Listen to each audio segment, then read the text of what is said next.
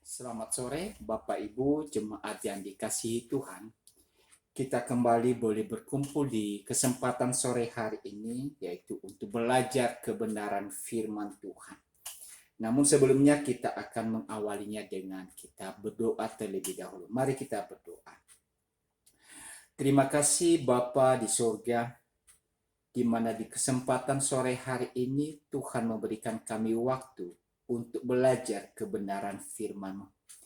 Oleh karena itu ya Tuhan, tolong kami untuk mengerti dan memahami apa yang Tuhan ajarkan kepada kami melalui firman-Mu. Sehingga firman-Mu boleh menjadi berkat di dalam kehidupan kami. Pimpin hamba-Mu yang mengajarkan dan juga untuk seluruh sidang jemaat-Mu yang saat ini boleh belajar firman Tuhan dimanapun mereka berada. Sertai dan pimpin senantiasa. Terima kasih Bapa di surga, waktu ini kami serahkan hanya di dalam tangan pimpinan. Dalam nama Tuhan Yesus kami berdoa. Amin. Sore hari ini kita akan belajar terusan daripada pembelajaran kita di dalam kitab 1 Petrus. Hari ini kita akan belajar dari 1 Petrus pasal 2 ayat pertama sampai dengan ayat yang ketiga. 1 Petrus pasal yang kedua ayat pertama sampai dengan ayat yang ketiga. Saya baca kepada kita Bapak Ibu jemaat yang dikasihi Tuhan. Karena itu, buanglah segala kejahatan, segala tipu muslihat, dan segala macam kemunafikan, kedengkian dan fitnah. Dan jadilah sama seperti bayi yang baru lahir, yang selalu ingin akan air susu yang murni dan yang rohani, supaya olehnya kamu bertumbuh dan beroleh keselamatan, jika kamu benar-benar telah mengecap kebaikan Tuhan. Bapak, Ibu, dan Saudara yang dikasihi Tuhan, yang menjadi tema pembahasan kita sore hari ini, yaitu sudahkah mengalami pertumbuhan? Ya, saya membuat ini dalam bentuk pertanyaan Bapak, Ibu, dan Saudara. Sehingga dengan demikian kita bisa melihat seperti apakah kehidupan kita, perjalanan iman kita di dalam Tuhan. Ya, makanya saya memberikan tema ini dalam bentuk pertanyaan, sudahkah mengalami pertumbuhan? Tentu mungkin bagi kita Bapak, Ibu, dan Saudara pasti ada yang mengatakan atau ada yang menjawab, iya, saya sudah mengalami pertumbuhan. Tentu pertumbuhan yang kita maksudkan di sini Bapak, Ibu, dan Saudara bukan pertumbuhan yang sifatnya fisik atau jasmani, tapi lebih kepada pertumbuhan yang sifatnya rohani. Tadi saya katakan mungkin di antara kita Bapak Ibu jemaat yang dikasihi Tuhan ada yang berkata, iya, saya sudah mengalami namanya pertumbuhan. Ya, hal ini bisa dibuktikan dengan keaktifan kita, keberadaan kita, kegiatan semangat kita di dalam melayani dan melakukan kebenaran firman Tuhan. Kita tunjukkan kita semakin dewasa di dalam menghadapi banyak hal yang menunjukkan bahwa kita sedang mengalami dan sudah mengalami pertumbuhan itu. Dan itu sungguh suatu hal yang luar biasa Bapak, Ibu, dan Saudara. Kalau kita dalam kehidupan kita sebagai umat Tuhan hari ini telah mengalami pertumbuhan. Tapi mungkin juga di antara kita ada yang berkata, saya masih belum mengalami pertumbuhan itu. Kalau demikian, pertanyaan yang timbul kepada kita Bapak, Ibu, dan Saudara, mengapa? Mengapa kita masih belum mengalami yang namanya pertumbuhan? Mungkin ada di antara kita yang berkata bahwa saya ini baru menjadi orang percaya, sehingga perlu waktu untuk bisa makin dewasa di dalam iman. Atau juga mungkin ada hal yang mengatakan, bagaimana mungkin saya mengalami namanya pertumbuhan iman, apalagi dengan kondisi sekarang ini, di mana kita tidak bisa melaksanakan ibadah secara tatap muka. Kemudian acara-acara rohani gereja, kita tidak bisa mengikutinya secara maksimal. Atau mungkin ada di antara kita, Bapak, Ibu, dan Saudara, mengikuti ibadah-ibadah, kegiatan-kegiatan rohani gereja yang dilaksanakan di masa-masa pandemi ini, tetapi tidak menyelesaikannya secara tuntas. Sehingga mungkin dari alasan-alasan tersebut, kita bisa berkata, tentu kami tidak bisa mengalami yang namanya pertumbuhan iman di masa-masa sekarang ini. Tentu ada banyak alasan-alasan yang kita bisa temukan, Bapak, Ibu, dan Saudara, mengapa kita belum mengalami pertumbuhan. Namun saudara-saudara yang dikasihi Tuhan, mau tidak mau seharusnya dan sudah sewajarnya orang Kristen itu harus terus mengalami yang namanya pertumbuhan. Ini adalah pertumbuhan, adalah sebuah keniscayaan. Artinya apa, Bapak, Ibu, dan Saudara? Bahwa kita tidak bisa memungkiri, kita tidak bisa menghindar, kita tidak bisa melupakan dan mengabaikan yang namanya pertumbuhan itu. Itu sebabnya harus menjadi pengalaman dan sesuatu yang keniscayaan di dalam kehidupan kita. Bahkan kalau kita lihat lebih lanjut, Bapak, Ibu, dan Saudara, bahwa pertumbuhan itu adalah bukti dari sebuah kehidupan. Kalau kita memiliki atau gemar bercocok tanam, Bapak, Ibu, dan Saudara, ketika kita menanam sebuah biji tanaman, lalu kita perhatikan hari demi hari, maka biji tanaman itu mulai bertumbuh, berkembang, yang lama-lama bisa menghasilkan buah. Berarti kita berkata bahwa tanaman itu sedang bertumbuh, dan itu ciri khas daripada ada kehidupan. Tapi kalau seandainya tanaman yang kita tanam tersebut tidak memberikan tanda-tanda kehidupan, tidak bertumbuh, maka tanaman itu lama-kelamaan menjadi mati, bahkan tidak menghasilkan buah.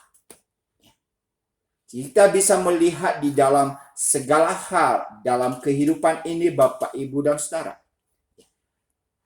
Tentu yang kita tekankan di sini, bahwa tadi saya sampaikan, orang Kristen harus terus mengalami yang namanya pertumbuhan. Karena itu adalah sebuah keniscayaan, itu adalah bukti daripada kehidupan. Kalau kita hidup, berarti kita perlu dan mengalami yang namanya pertumbuhan. Tapi menjadi pertanyaan kepada kita, Bapak, Ibu, dan Saudara, ya, bagaimana seorang yang baru lahir dapat mengalami pertumbuhan? Ya, nanti kita coba lihat di dalam hubungan, di dalam pembahasan kita di kesempatan sore hari ini. Tapi pertanyaan, bagaimana seorang yang baru lahir, yaitu lahir baru, dapat mengalami pertumbuhan iman? Apa yang harus ia lakukan? Apa yang harus ia perbuat? Apa yang harus ia kerjakan di dalam hidupnya? Dan kalau ia sudah memahami itu, Bapak, Ibu, dan Saudara, tentu pertanyaan selanjutnya adalah, Mengapa di dalam proses pertumbuhan itu ia perlu menjalani proses? Atau mengapa ia perlu menjalani proses pertumbuhan? Ya. Tidak serta-merta langsung berbuah, tetapi harus melewati yang namanya proses. Kalau kita perhatikan di dalam ayat pembahasan kita pada kesempatan sore hari ini, kembali kalau kita perhatikan di ayat 1 ini Bapak Ibu dan Saudara, itu karena itu buanglah segala kejahatan, segala tipu muslihat, dan segala macam kemunafikan, kedengkian, dan fitnah. Di dalam terjemahan yang lain, Bapak, Ibu, dan Saudara, ayat 1 di pasal 2 ini tidak diawali dengan kata karena itu buanglah. Tetapi terjemahan dikatakan di situ adalah setelah menanggalkan segala kejahatan. Dan memang itu terjemahan yang lebih tepat, Bapak, Ibu, dan Saudara.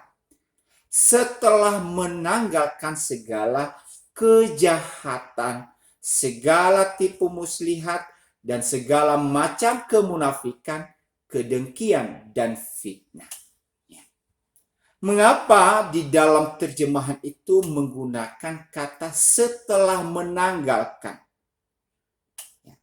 Bukan karena itu. Ya, memang di dalam terjemahan bahasa Indonesia kita di Alkitab lebih menggunakan kata karena itu. Itu adalah hubungan sebab akibat. Ya. Maksudnya apa Bapak, Ibu, dan Saudara? Di dalam terjemahan kita ini memang bagus juga. Ya, ada hubungan sebab akibat. Maksudnya apa? Di dalam pasal pertama kita pernah mendiskusikan atau belajar tentang kehidupan lahir baru. Maka wujud kehidupan lahir baru itu dinyatakan di dalam tindakan. Dan tindakan itu yaitu membuang segala hal yang disampaikan di dalam ayat 1. Makanya menggunakan kata di sini adalah karena itu. Tetapi di terjemahan yang lain tadi saya katakan menggunakan kata setelah menanggalkan. Tentu ada tujuan di balik itu semua Bapak, Ibu, dan Saudara. Kata itu digunakan untuk menunjukkan bahwa kita sebagai orang yang telah percaya itu harus hidup di dalam kasih persaudaraan. Makanya nanti saya uraikan kepada kita mengapa menggunakan kata setelah, bukan karena itu. Ya. Kalau kita bicara di dalam ayat ini, Bapak, Ibu, dan Saudara, yang mendasari dari ayat 1 ini kita bisa lihat di dalam frasa atau ayat-ayat sebelumnya yang menunjukkan apa? Yaitu pengalaman pertobatan. Artinya apa? Petrus sedang menuliskan suratnya ini kepada mereka atau orang-orang yang baru percaya kepada Kristus. Mereka ini adalah orang-orang yang baru bertobat atau petobat-petobat baru.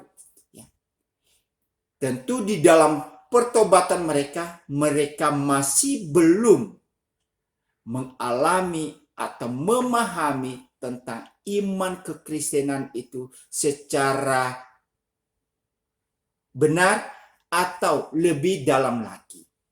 Jadi ini dasar yang kita bisa lihat di sini adalah mereka adalah orang-orang Kristen yang baru bertobat.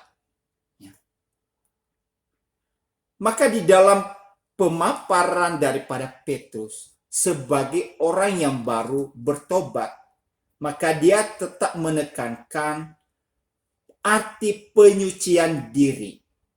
Atau kelahiran baru yang boleh terjadi melalui apa? Firman kebenaran, yaitu iman di dalam Kristus Yesus. Lalu kalau mereka sudah mengalami perubahan hidup atau status mereka yang dulunya belum percaya, sekarang mereka sudah ada di dalam Kristus atau menjadi orang Kristen yang baru percaya, tentu Petrus menyatakan kepada kita bahwa hidup itu harus mengalami yang namanya perubahan. Jadi ini nanti yang kita bisa lihat di dalam pemaparan selanjutnya. Yaitu hidup itu harus mengalami yang namanya pembaharuan. Mereka harus meninggalkan perbuatan-perbuatan yang lama. Tinggalkan kehidupan yang lama. Namun di satu sisi juga, Petrus ingatkan bahwa perjalanan hidup kita sebagai orang percaya tidak berhenti sampai saat ini. Artinya apa? Tidak berhenti ketika kita sudah percaya. Tapi perjalanan iman kita terus berjalan sampai pada waktu Tuhan memanggil kita.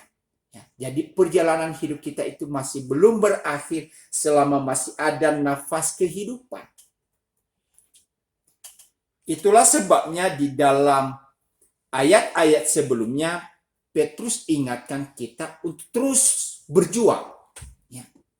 Berjuang dalam hidup ini. Karena apa? Dosa yang sudah ada atau naluri dosa, tabiat dosa itu terus menggerogoti kehidupan kita.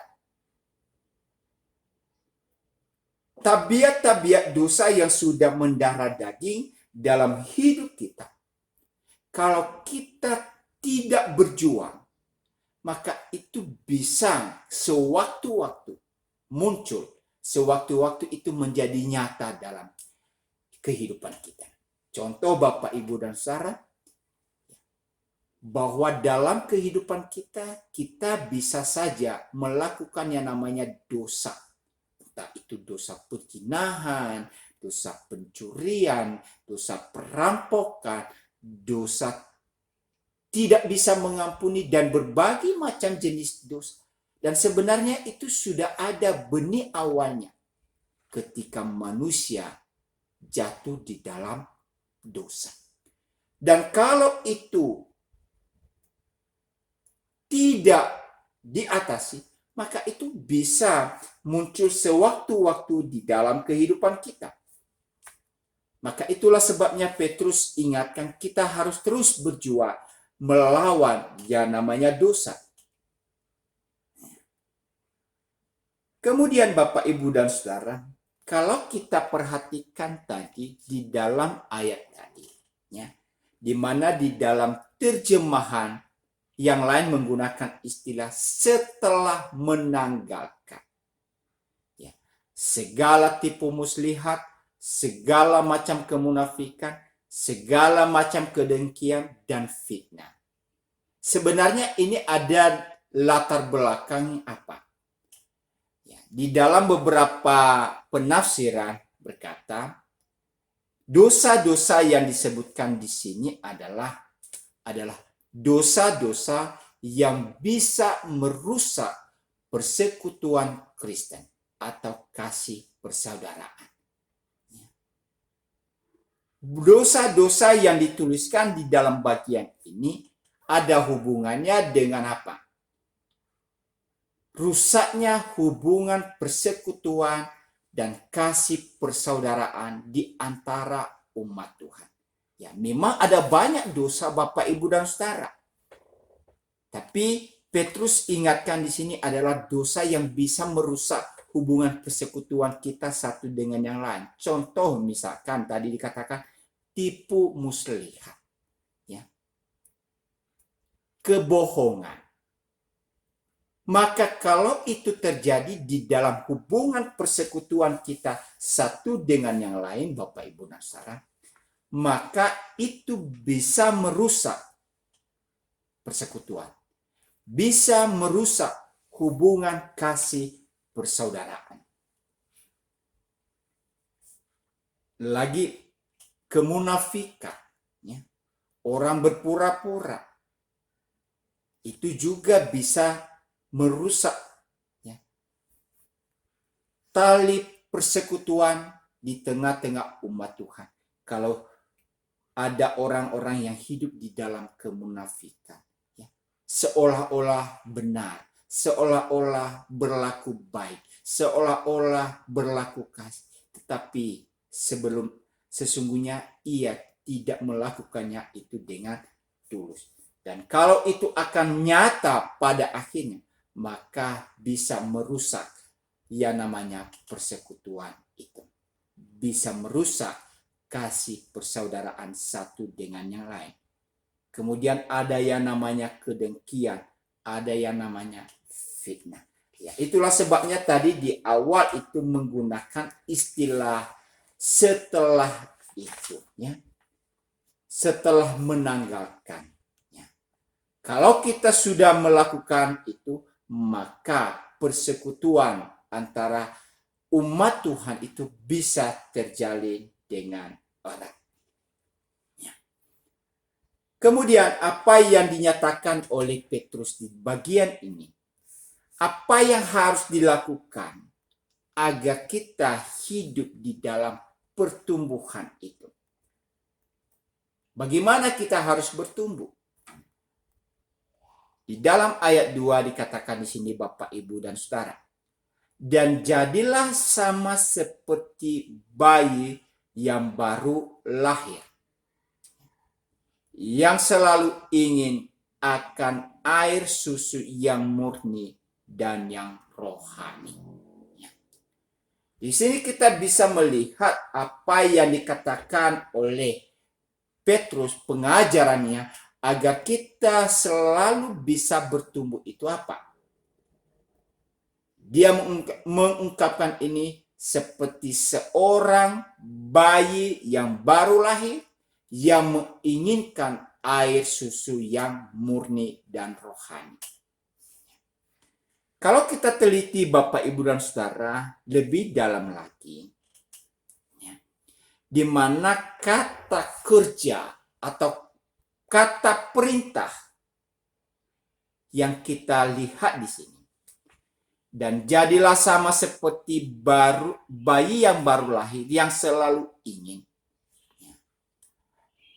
Mungkin ada orang berkata kata perintah itu terletak di awal kalimat, yaitu kata jadilah. Namun kalau dilihat dari bahasa aslinya Bapak, Ibu, dan Saudara, kata jadi ini sebenarnya tidak ada. Tetapi penekanan yang di dalam bagian ini, kata perintah di dalam bagian ini adalah kata ingin.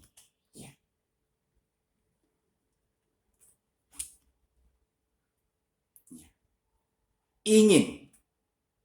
Kata ingin ini Bapak, Ibu, dan Saudara menyiratkan sebuah keinginan yang begitu besar. Ya. Di dalam terjemahan-terjemahan ayat lain, di mana kata ingin ini disejajarkan dengan ayat-ayat firman Tuhan. Misalkan kita baca di Mazmur 42. Mazmur 42 ayat yang kedua. Seperti rusa yang merindukan sungai yang berair, demikianlah jiwaku merindukan Engkau, ya Allah. Ya, jadi kata ingin di sini Bapak, Ibu, dan Saudara bukan hanya sekedar mau, tetapi kata ingin ini adalah sesuatu yang begitu dalam. Kalau di dalam Mazmur 42 tadi diumpamakan seperti rusa yang sedang haus. Ya. Dan di mana rusa yang sedang haus ini, ia membutuhkannya namanya air. Demikianlah satu keinginan yang begitu besar dalam hidupnya. Ia rindu air untuk mengobati rasa hausnya. Jadi bukan hanya keinginan yang biasa saja, tetapi satu kerinduan yang begitu dalam. Kita coba lihat lagi di dalam Mazmur 84. Mazmur 84 ayat yang ketiga. Jiwaku hancur karena merindukan pelataran-pelataran Tuhan. Hatiku dan dagingku bersorak-sorak kepada Allah yang hidup. Ya, satu ungkapan rasa rindu yang berasal dari dalam hati yang paling dalam, di mana Daud begitu merindukan pelataran-pelataran Tuhan. Jadi ada hasrat yang begitu dalam. Nah, demikianlah yang menyampaikan di dalam bagian ini, orang yang mau bertumbuh itu Bapak, Ibu, dan Saudara. Yaitu ia harus memiliki yang namanya kerinduan yang begitu dalam. Jadi bukan hanya sekedar rindu saja, sekedar saya mau tahu, sekedar ingin tahu. Tetapi ada satu hasrat yang begitu dalam. Ingin belajar firman Tuhan, ingin mendalami firman Tuhan, ingin mengenal Tuhan lebih dalam lagi, ingin mengerti kebenaran-kebenaran firman Tuhan. Itulah sebabnya Bapak, Ibu, dan Saudara, kita sebagai jemaat gereja Elios Malang ini senantiasa diberikan kepada kita pendalaman Alkitab melalui Bible Study ini. Supaya apa? Kita bisa bertumbuh. Sehingga dengan demikian, kita semakin hari semakin dewasa secara rohani. Tapi persoalannya Bapak, Ibu, dan Saudara, saya katakan tadi, apakah di dalam hati kita sebagai jemaat punya hasrat yang begitu dalam, punya keinginan yang begitu dalam, punya kerinduan yang begitu besar untuk mengerti tentang firman Tuhan. Seperti apakah kita selama ini Bapak, Ibu, dan Saudara di tengah-tengah pandemi ini? Ya, misalkan saya ambil contoh di dalam ibadah kita setiap minggu. Apakah kita punya hasrat yang begitu dalam, sekalipun itu ibadah secara online, tidak tatap muka, tapi apakah kerinduan kita sama seperti ketika kita ada di dalam rumah Tuhan? Kita bisa mengikuti ibadah dari awal sampai berakhir. Mulai daripada introitus sampai kepada pujian terakhir setelah doa berkat. Kita memiliki hasrat rindu itu. Atau sebaliknya, kita rindu, kita buka channel YouTube-nya Gereja Elios Malang. Setelah itu kita lihat, kita ikuti sebentar, lalu kita kemudian cari channel yang lain supaya kita bisa lebih belajar dari channel-channel yang lain. Apakah seperti itu kerinduan kita? Tentu itu Bapak, Ibu, dan Saudara tidak menolong kita untuk bisa bertumbuh.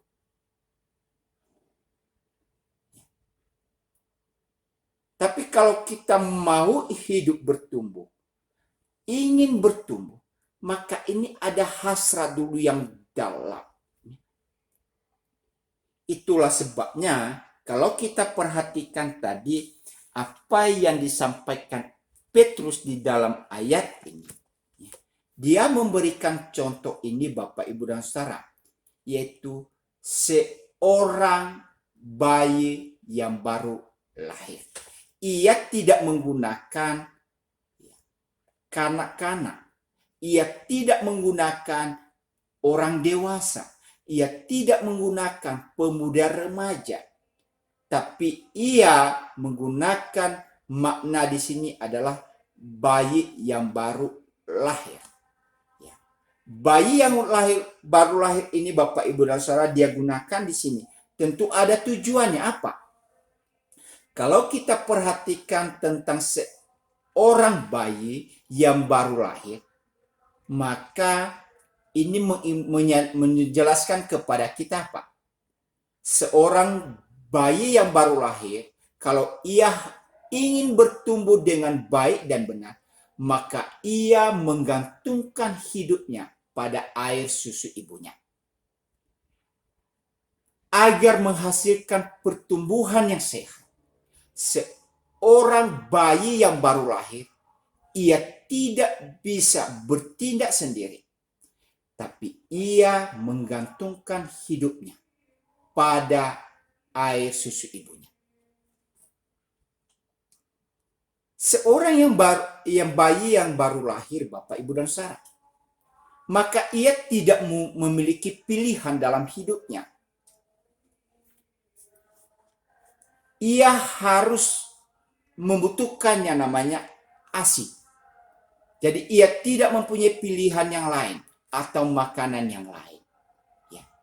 Ia membutuhkan hal demikian. Karena apa? Tanpa namanya ASI dia pasti sulit untuk bertahan hidup.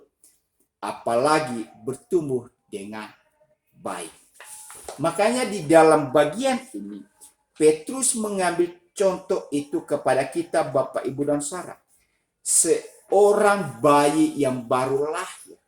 Jadi seorang yang memang dalam hidupnya, kalau ia ingin bertumbuh, maka ia senantiasa menggantungkan hidupnya kepada firman Allah. Ia tidak memiliki pilihan yang lain selain daripada firman Tuhan. Tanpa firman Tuhan, ia sulit untuk bertahan hidup. Ya. Jadi apa yang manfaat di sini Bapak, Ibu, dan Saudara? Selain dikatakan di sini seperti seorang bayi yang baru lahir. Tapi Petrus juga menggunakan contoh yang lain di sini adalah susu yang murni dan rohani. Jadi bukan sekedar susu, tetapi yang murni dan rohani. Jadi di sini Bapak, Ibu, dan Saudara bicara tentang apa? Firman Allah yang murni. Firman Allah yang benar. Karena apa? Karena firman Allah itu bukan saja memberikan kehidupan.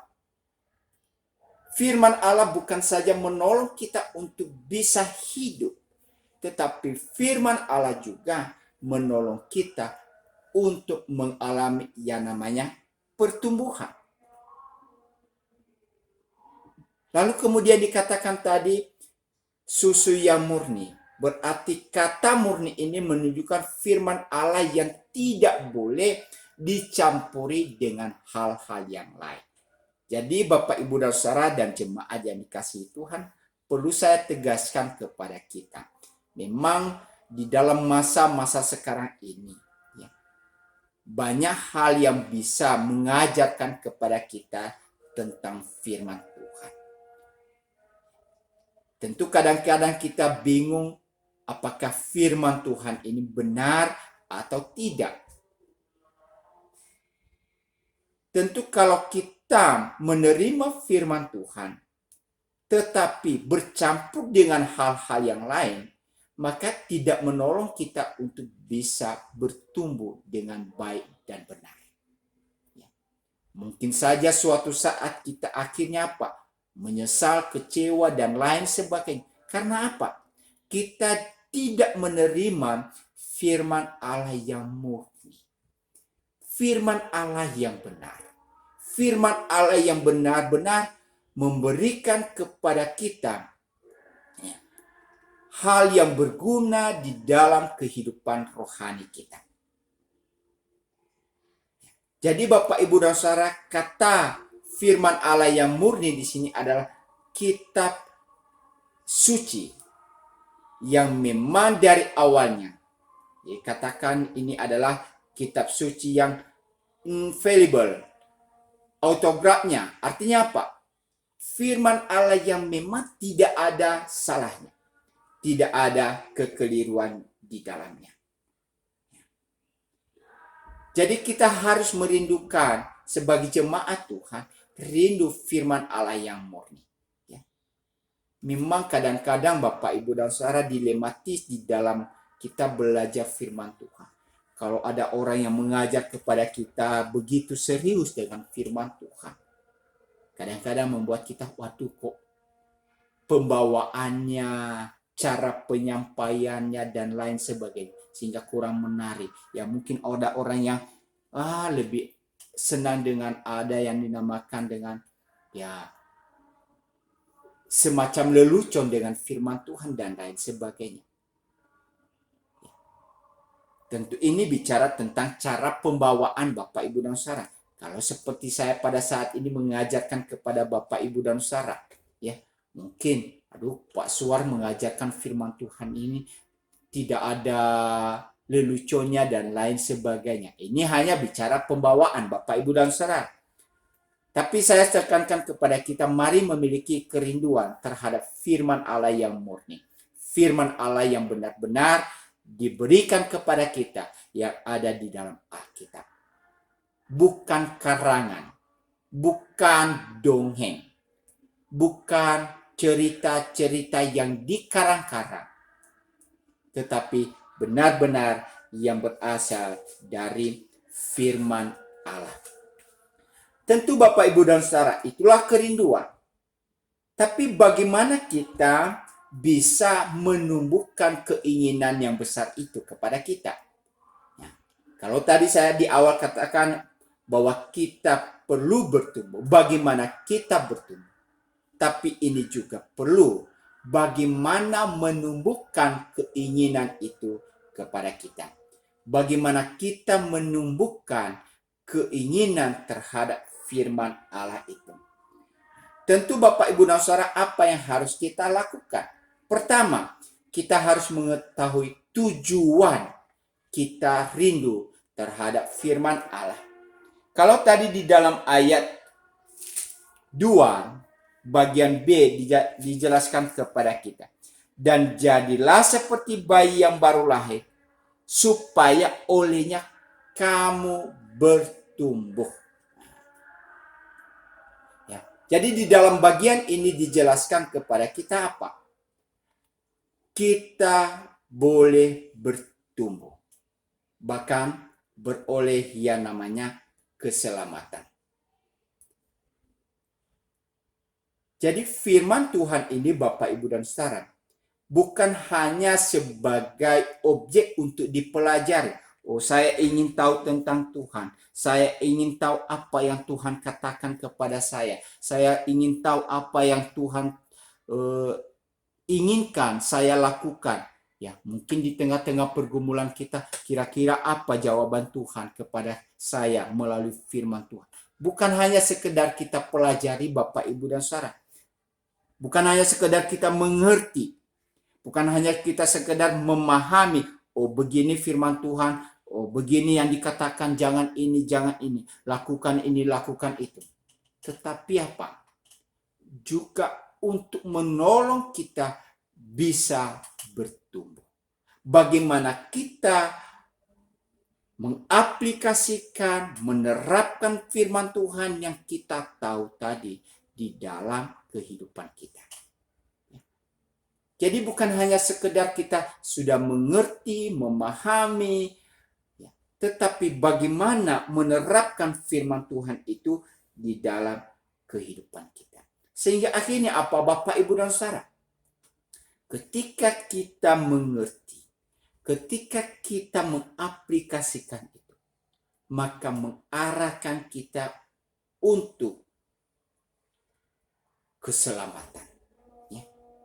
mengaplikasikan apa yang kita fahami itu. Sehingga kita bisa menunjukkan hidup sebagai orang yang telah diselamatkan.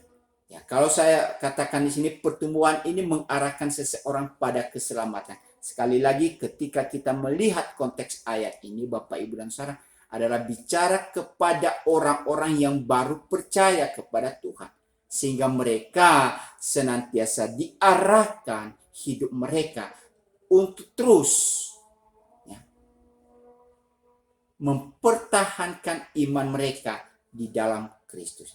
Tapi bagi kita yang pada hari ini, Bapak, Ibu, dan Saudara, sebagaimana pertanyaan saya di awal tadi, apakah kita sudah mengalami yang namanya pertumbuhan?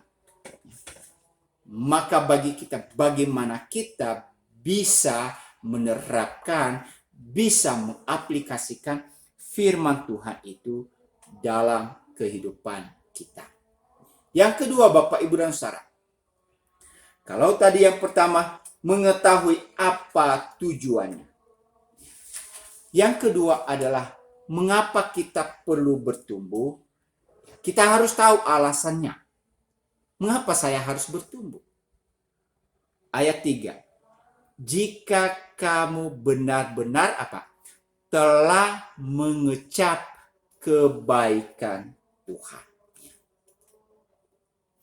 Sudah mengecap atau telah mengecap kebaikan Tuhan. Artinya apa, Bapak, Ibu, dan Saudara? Di sini tidak bicara tentang akan, tetapi sudah, berarti telah mengalami, telah merasakan, telah menikmati segala kebaikan-kebaikan Tuhan dalam hidup kita. Jadi kita tidak boleh memungkiri, Bapak, Ibu, dan Saudara. Kita sebenarnya tidak punya alasan dalam hidup kita untuk tidak bisa bertumbuh di dalam kehidupan kita. Kenapa? Katakan di sini, kalau kamu sudah benar-benar telah mengecap kebaikan Tuhan. Jadi orang Kristen harus benar-benar menyadari bahwa ia telah menikmati kebaikan Tuhan itu. Yang utamanya di sini apa, Bapak, Ibu, dan Saudara? Yaitu keselamatan. Kristus telah menebus kita dengan darahnya yang melebihi emas dan perak, sebagaimana pembelajaran kita sebelumnya. Kita telah menikmati keselamatan.